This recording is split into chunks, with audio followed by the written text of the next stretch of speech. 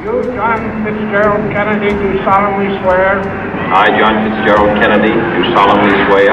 That you will faithfully execute the office of President of the United States. That I will faithfully execute the office of President of the United States. And will, to the best of your ability. And will, to the best of my ability. Preserve, protect, and defend the Constitution of the United States. Preserve, protect, and defend the Constitution of the United States. So help you God. So help me God.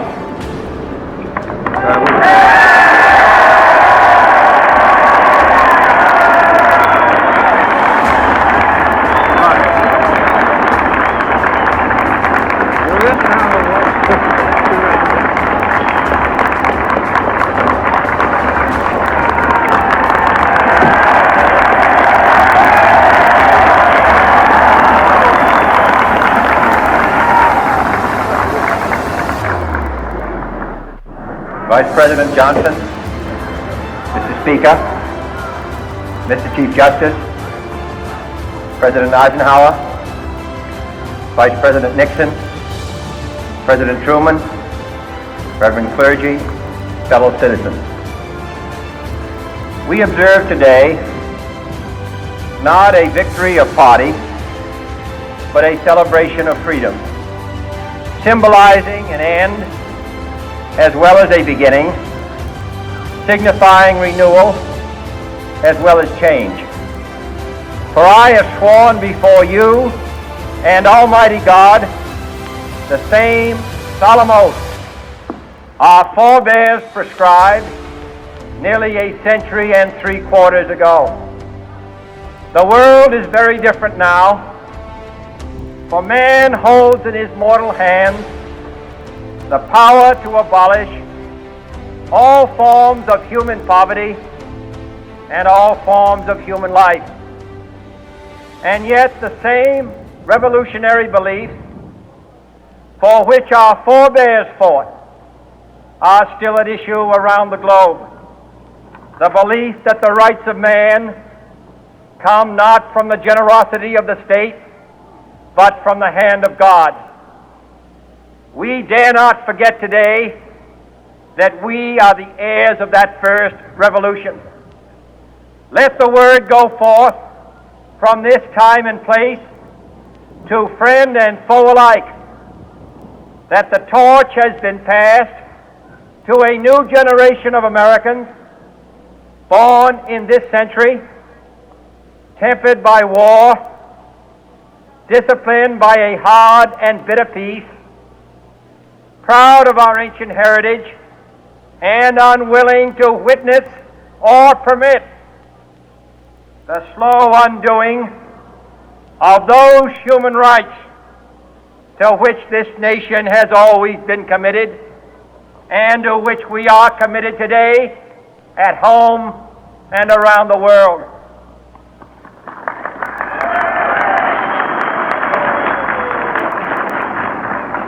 Let every nation know, whether it wishes us well or ill, that we shall pay any price, bear any burden, meet any hardship, support any friend, oppose any foe to assure the survival and the success of liberty.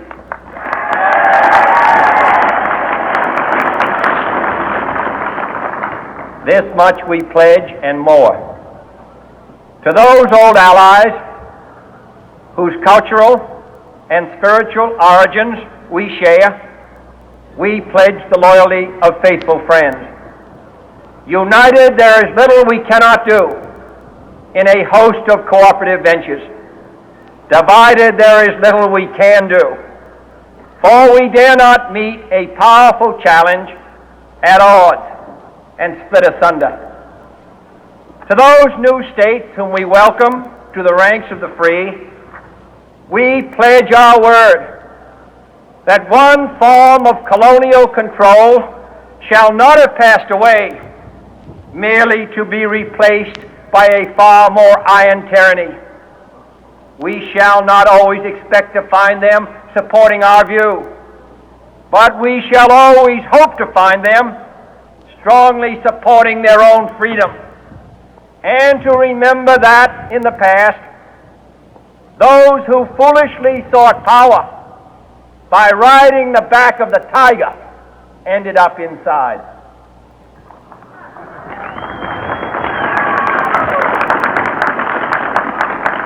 To those people in the huts and villages of half the globe struggling to break the bonds of mass misery, we pledge our best efforts to help them help themselves for whatever period is required, not because the communists may be doing it, not because we seek their votes, but because it is right. If a free society cannot help the many who are poor, it cannot save the few who are rich.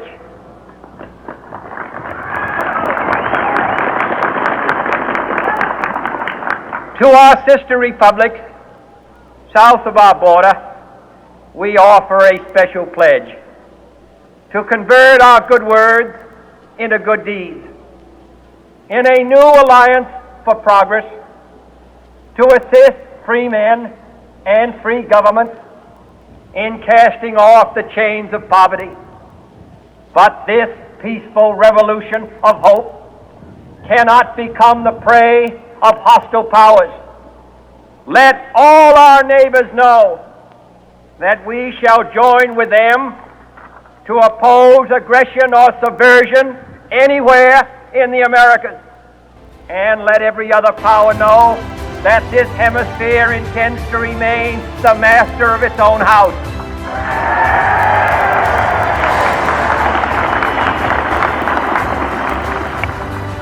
To that World Assembly of Sovereign States, the United Nations, our last best hope, in an age where the instruments of war have far outpaced the instruments of peace, we renew our pledge of support to prevent it from becoming merely a forum for invective, to strengthen its shield of the new and the weak, and to enlarge the area in which its writ may run. Finally, to those nations who would make themselves our adversary, we offer not a pledge, but a request that both sides begin anew the quest for peace. Before the dark powers of destruction, unleashed by science, engulf all humanity in planned or accidental self-destruction, we dare not tempt them with weakness, for only when our arms are sufficient beyond doubt can we be certain beyond doubt that they will never be employed. But neither can two great and powerful groups of nations take comfort from our present course, both sides overburdened by the cost of modern weapons, both rightly alarmed by the steady spread of the deadly atom, yet both racing to alter that uncertain balance of terror that stays the hand of mankind's final war. So let us begin anew, remembering on both sides that civility is not a sign of weakness, and sincerity is always subject to proof. Let us never negotiate out of fear, but let us never fear to negotiate.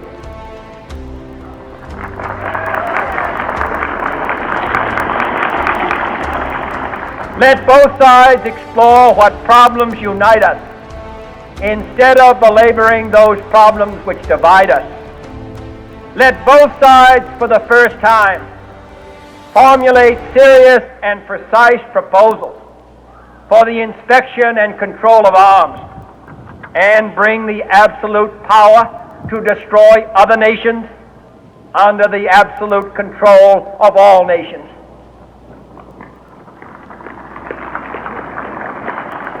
Let both sides seek to invoke the wonders of science instead of its terrors.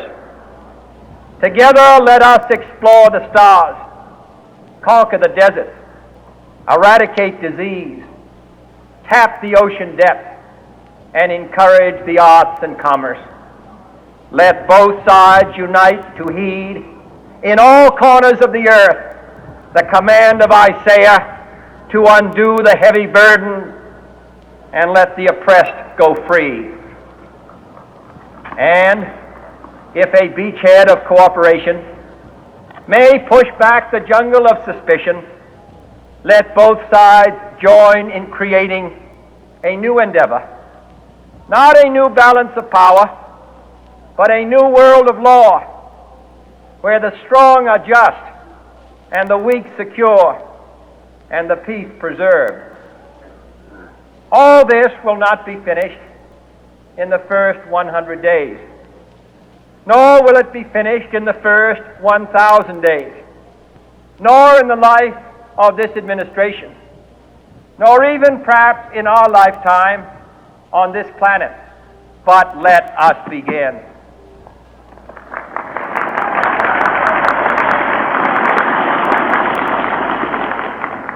In your hands, my fellow citizens, more than mine, will rest the final success or failure of our course. Since this country was founded, each generation of Americans has been summoned to give testimony to its national loyalty. The graves of young Americans who answered the call to service